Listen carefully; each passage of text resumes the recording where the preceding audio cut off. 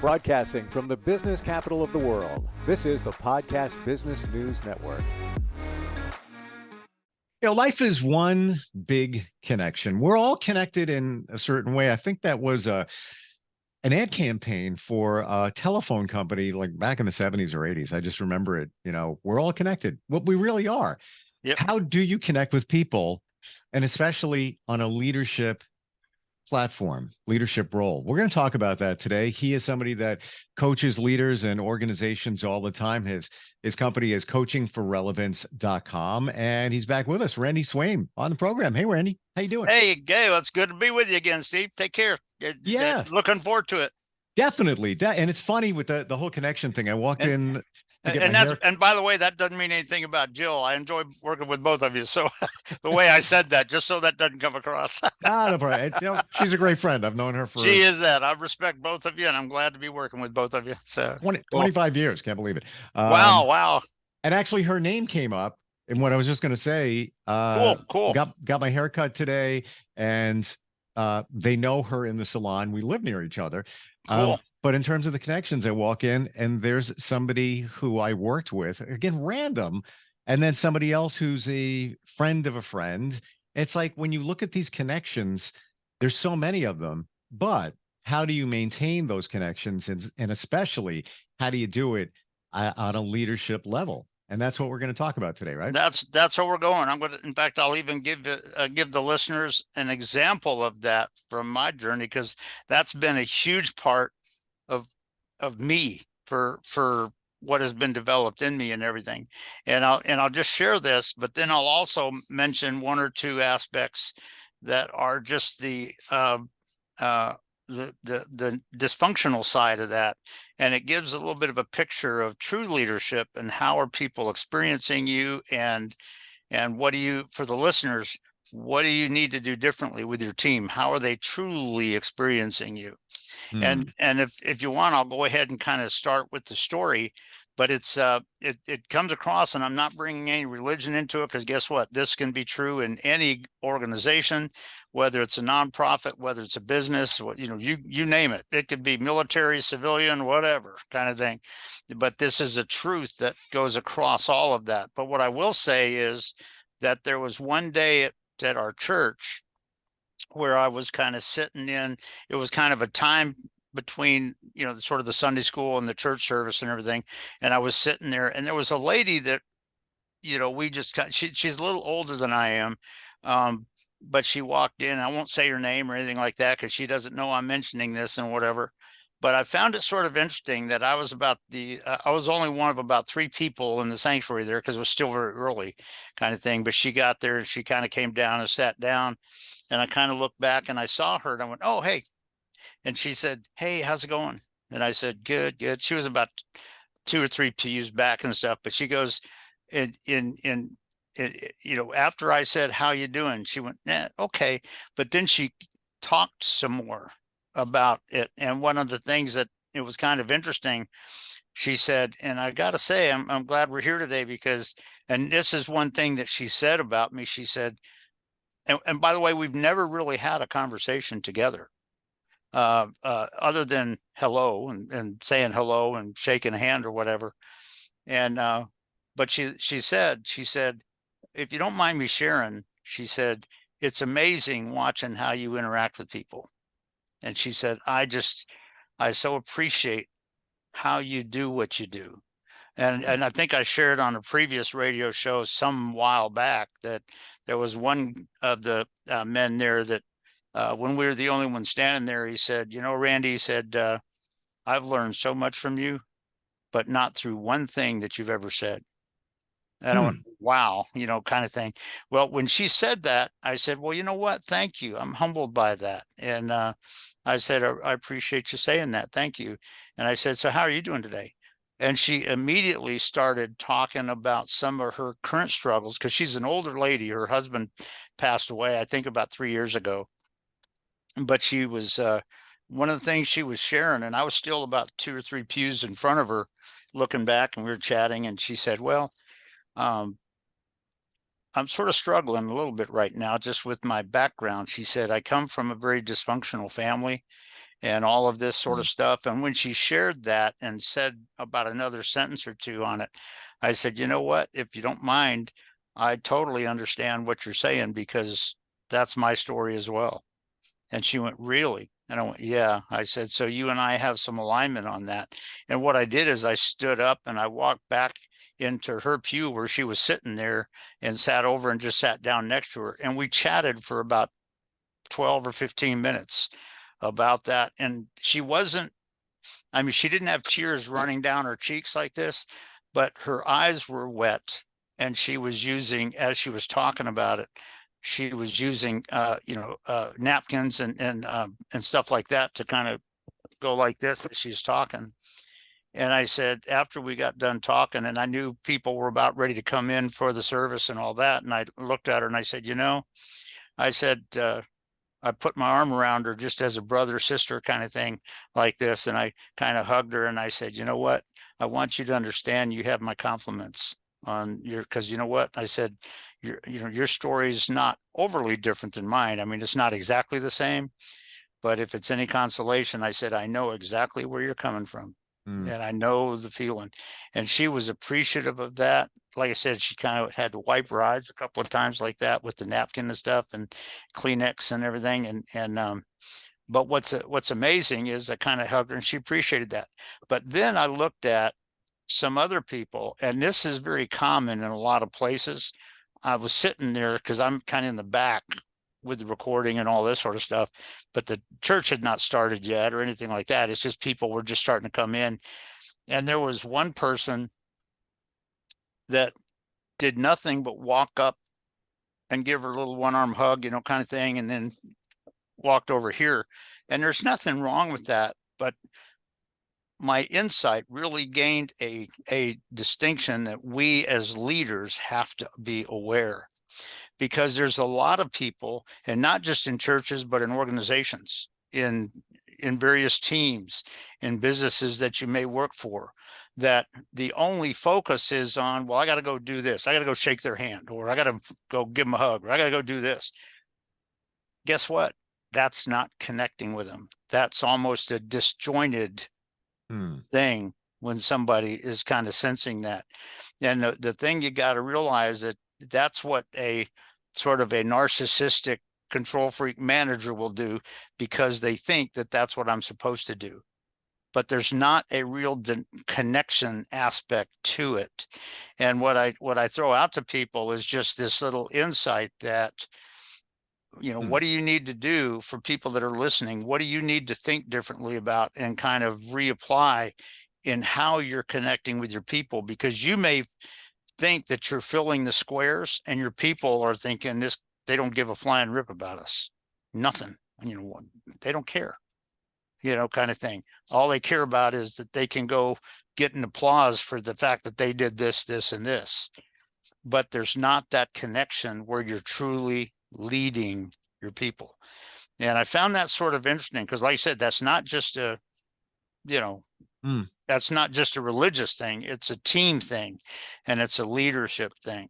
But it's also something that so many people don't understand, and particularly in today's world. But, when you think about, from my background in the military, there's times as a military leader, you got to take a moment and listen to what your people are saying about their concerns, their, all of that kind of stuff, what they're having to overcome. I remember there was one, and I've shared this a long time ago, but I was sharing with somebody who I was just sort of coaching, not officially, but just as a certified life coach supervisor. I was kind of developing them to become a life coach. And we walked out to the car after we were done, and he stopped, in the parking lot there, and he was very open, and he shared something with me that was his current struggle. And he was, kind of, you could tell he was nervous about saying it. And you know what I did? I just listened to him. I listened. And after it, I said, well, if it's any consolation, I said, I totally understand what you're saying. You're doing the right steps in overcoming it. But that's something that I struggled with decades ago also. And he looked at me, he said, really? And I said, yep. And I said, so I know what you're saying. But there's a lot of aspects about connecting with your team that is above and beyond just dictatorial management. It's above and beyond just pointing fingers at people and telling them what to do. But here's the thing. If they truly believe in who you are and your connection with them and your, building together with them, magical things can happen. But if they picture you as one of these academic, purely dictatorial, narcissistic, managers, it doesn't go there. And they'll, at some point they may try to go, if you point your finger at them and tell them what to do, they may kind of go, well, guess I got to do that. And they may actually do it okay today, but guess what? They're not going to meet the real results of which they're capable, because they don't believe in you and they don't believe in what's going on in the team. And so I just found that interesting, because this was just within the last very few weeks and stuff that this happened at the church and stuff. But I saw that as I observed, and I saw that as a real insight for true leadership. And when you're talking about the team that you're leading and managing and things like that, to what extent do they truly believe that you believe in them, you're part of them, you care about maybe something they're struggling with right now, and you'll do what's necessary to try to help them through it and to help them overcome that. And there's a lot of times where if they're dealing with this, just today, this other person may have to kind of fill in for that just for today, possibly. Mm-hmm. Not right or wrong either way, really, but there's a lot of aspects about that when you look at what true leadership is, as opposed to just an academic, narcissistic management thing, when people start to sense that synergy within, here's the thing, that's one way as a leader that you develop synergy in your team. And so it's just a lot of aspects about that. But when I saw that, I saw her reaction to that. Well, like I said, we talked for about probably 14, 15 minutes. But a couple of the things she said, but also some of the interactions with us as I sat there and talked to her. And a couple of times I said, well, I'll tell you what, sister, you totally have my compliments for who you become and all that. And you're awesome. And Randy, so those are some things about it. Do you think that many leaders, trying to phrase this properly, I don't want to say phone it in, but do you think that a lot of them are on autopilot and they make their connection with their team, and it is a connection, but it's almost a non-emotional connection? They make it feel like they're there. And I'm not throwing them under the bus. I'm just saying, in their mind, well, I did connect and I did talk with Jennifer, and things seem okay. But if it wasn't heartfelt and genuine in making that connection, it's kind of robotic. And if I was coaching that person, you know what my first question would be with what you just said? I'd say define connection. Yeah. That would be my very first coaching question. I'd say, okay, define connection. How do you know? I think I would answer that with, I understand their feelings, because everything is about feeling and emotion, of course. And you know what my next question would be? What's that? I'd say, do they sense that? And that's where I was going with that. Exactly. We might think. Yeah. We might think it's happening, but it's not really happening. Yeah. And that's the big thing that so many, when you talk about that aspect, that so often today, people just go into the rote academic thing that they learned in a course or something, kind of thing. Or there's a lot of people today that just bring all the attention on themselves and not the team, not the people that are really making it happen for you, and things of that nature. And all of those kind of things are key. And like you said, with the situation, those are the two questions as a coach I would have asked that person if I was coaching. I'd say, first of all, define connect. And then when you said that, I'd say, okay, are they feeling it? Right. Experiencing that? And most people would probably say, they would say, If the person answered this question, yeah, what do you think my next question would be? And this is just for some value for the listeners and stuff. But if they said, yeah, what would you think my next question would be? Hmm. Uh,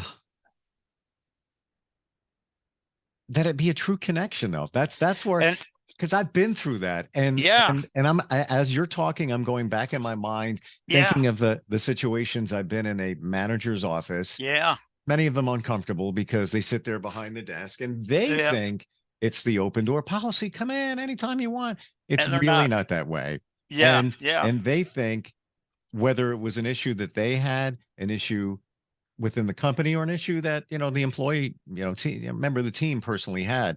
Yeah, I believe a lot of these leaders think that just because I gave them time, I'm good. I filled the square, and it's like, and that's not where it's at.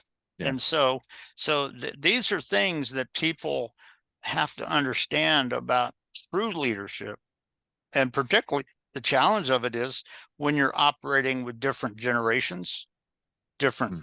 races, different Mm. nationalities, Really great point. because you know what? All of that is going to change it a little bit. And how do you connect with your people in such a way that they experience the connections? Or if they come from a high power distant culture where you're not allowed to say anything, and you help them develop that, yeah, you can in this arena that we're in, kind of Right. thing. And they So go, wow. And they start thinking, and they start about, looking at it and all that. And all those are aspects about it that people don't understand. But that was one of the huge differences that caused that lady to react as she did in a positive way. And mm, with other things that I've seen where people just want to fill a square and go, hey, give them a hug or whatever, and then yeah. walk away, kind of thing. So yeah, but go ahead. I think you were going to ask something too. Isn't it that you have to really customize the attention you give? Like you said, different cultures, That's right. everybody is different. And we could have been born on the same street in the same week, but we're both different when That's we right. go to speak to uh the team leader or the executive, whatever it might be. Yep. So I think it really comes down to they need to read their team. That Yes. what Bingo. motivates, what doesn't. It's almost like you need to have a seventh sense, or or And psychic ability. And you know what you do, because it's about connecting with each of your people. And that's what is a lot of times missing. And it's not as easy often as you think it is. Mm, And it's when you're talking about true leading, it's not about just dictating to your people and by gosh, you better follow me. It's about creating a thing where they don't want to follow anybody else, yeah. kind of thing. And these, when you generate and create that kind of a situation in your team, miraculous things can happen.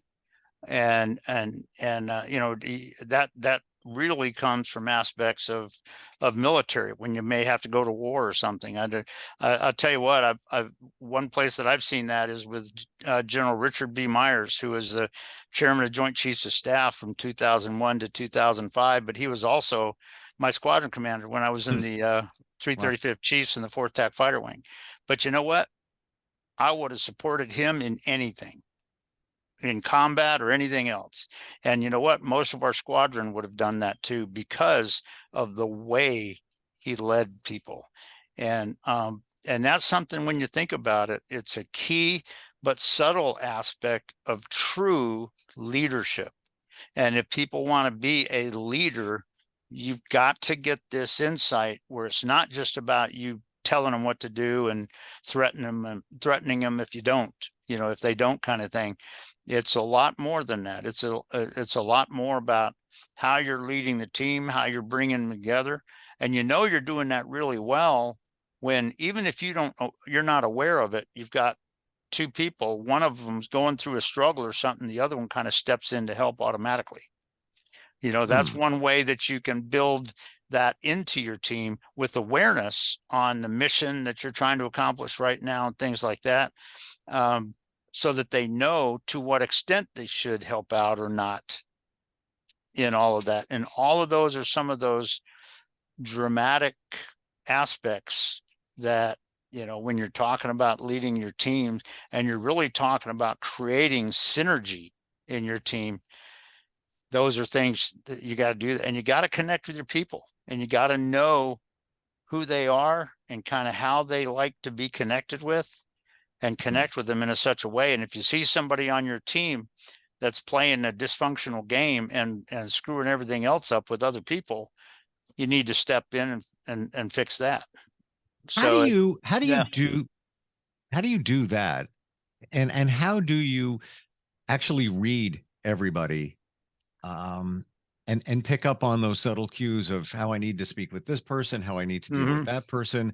Yeah. Is it just a skill that's acquired? Do you become somewhat like an empath where you're just picking up on things? Well, what you have to do, you got to increase your awareness and the symptoms and the indications.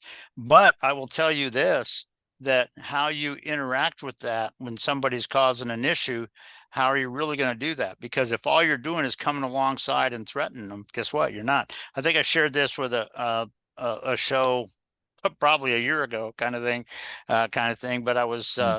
there was one guy that was kind of a friend of mine, that worked for me back when we were at Griffiths Air Force Base, and he had done something that was not unethical or illegal or anything like that, but it just ticked the entire team off. They hated it, kind Hmm. of thing, and in fact, so much so they got me aside and kind of talked about it with me. Well, what I did is I kind of we were on deployed, and I asked him, I said, you got a few minutes? And I went to his room so he could feel a little bit comfortable, his hotel room. And I Hmm. sat down and I said, I want you to understand that this is the way I did. I was very calm, very sort of centered. I said, I want you to understand this has a disciplinary nature to it. And I said, this Hmm. needs to be fixed. And what was amazing is that we got back to our office the next day because we flew back home and stuff. And I was in my office, and he walked in and he kind of knocked on the door, and I looked up and it was him. I said, "Hey, come on in, come on in." And he walked in and he closed his door. He said, "You mind if I say something?" I said, "Sure, go ahead." And he said, and this is what he said, but this is a little bit of a good picture, kind of what you're talking about how you got to learn to do this. Because he looked at me, said, I want you to understand, I took everything you said yesterday, and he said, I commit to you that I'm going to fix that. And he said, is there any way we Hmm. can not let headquarters know about this? And I looked at him and I said, nobody outside of us knows anything about it. Hmm. And I said, so don't have to worry about that. I said, as a manager, as long as it gets fixed, I'm happy. And you know what? It got fixed that way because I was watching the evidences over the next couple of weeks. And boy, you're talking about the synergy. He was taking an active role at trying to get himself back into the team mentally and emotionally. And you could see them starting to come together like this again. And I was Hmm. like, cool. Well, But that's just one picture of what you're talking about. You got, as a leader, you got to understand your people. You got to understand how to really connect with them in positive ways without just pointing fingers and threatening. Now, if you get somebody that's going way off the cliff or whatever, okay, you may need to get very serious with that person. But do you have clarity as to when that is? Do you have clarity when you're disciplining them in such a way that they feel that you're connecting with them rather than doing this? And that is a key part of leadership in really preparing for team success. And those are aspects, and that's just a lot of that is sort of the expanded picture of what I saw that day when the way this lady reacted to me, and then what I saw in other situations where people just going through the motions to do something that they think they're supposed to do. And that's it. But that is a huge part of leadership that people have to understand. And it's just real critical. in that situation with that individual, it needed to happen. Yeah, Something it needed did. to happen. And you know what? Out of a bad situation, or not a great situation, maybe not so bad, Yeah. a much positive, brighter situation evolved because now that individual had a better lay of the land, realized what was going on, and then wanted, with your direction, to better himself, only not just for himself, but also the entire organization. That's right. And you'd be surprised at how many times I was written up positively. And a lot of that is because of the way I interacted with the people. I didn't play the dictatorial game, but I led. Yeah. And that's when you talk about this subtle difference, that's a good picture of kind of what I saw in the church there, and just kind of what I saw in the sort of the reflections of the way people responded and everything. So for the leaders, I would say, to what extent are your people really experiencing the positive stuff from you, this positive leadership from you? Doesn't mean you got to go along with everything. There's times where you got to say no, but do you say no? Or do you go, well, we really can't do that right now, but I'll tell you what, let's see if there's a time when we can do that. Perhaps maybe there's a whole slew of spectrum of ways of doing it. But it is a sort of a deeper picture of true leadership that people have to understand. And the way you did it is that instead of a dictatorship role, you let that individual figure it out. He knew he did something wrong. There you go. So yeah, we're not going to fly it up the flagpole. You're going to deal with it, take care of it, and let's move on. And it seemed that's the way it worked. And so he fixed it, but at the same time, he actually experienced a connection and a synergistic connection as he was doing that. But all those are the things that are just so critical when you're talking about true leadership. And this is the stuff that you work with people on from both sides too. You could be the individual that's in a company and just feel like you're the square peg in the round hole and I don't fit here. But maybe you do, but you have the wrong approach, or you are a leader or a CEO, business owner, and you feel that you are not truly connecting with the people that you work with. For you, Randy, it starts with a conversation, right? You know what? You got to get a sense of who your people are. What do they really value? How do you connect with them in such a way that they feel sort of synergistic, that they experience a real team-oriented aspect together, not just with you and them, but all together.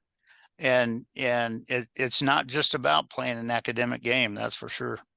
It's funny. I'm thinking of this one leader who wasn't the best, and it's not just me saying that.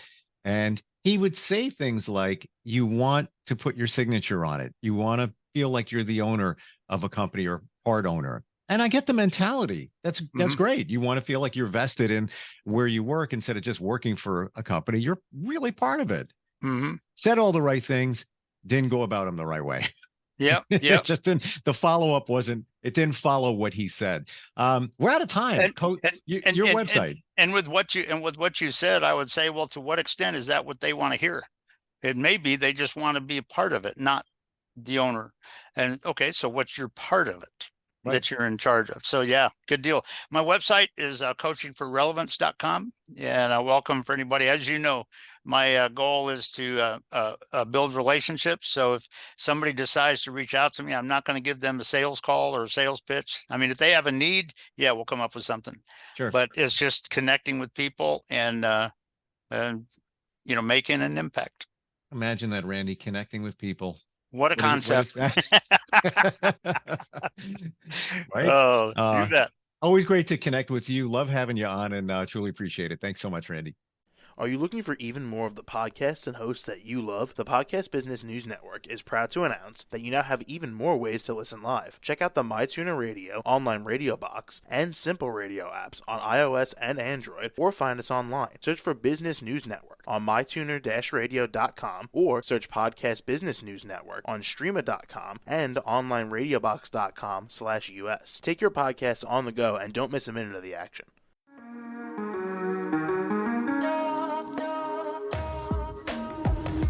Broadcasting from the business capital of the world, this is the Podcast Business News Network. For nearly 2,000 severely injured veterans, everyday life has become filled with barriers. day-to-day simple tasks can become pretty daunting. I have to carry my chair up 2 flights of steps or have somebody do it for me. What scares me the most is just the falling. When I'm struggling with my house, I think, to have that one great barrier just knocked down, it's crucial. Home for Our Troops is a wonderful nonprofit that builds a mortgage-free, fully adaptive, handicap-accessible house. And there's no catch. It'll be our very first home that we've ever owned. This is a game changer. This is where your life begins again. We need you to join us in completing this important mission. Please visit hfotusa.org and help build homes and rebuild lives. Because of you, everything's going to be okay.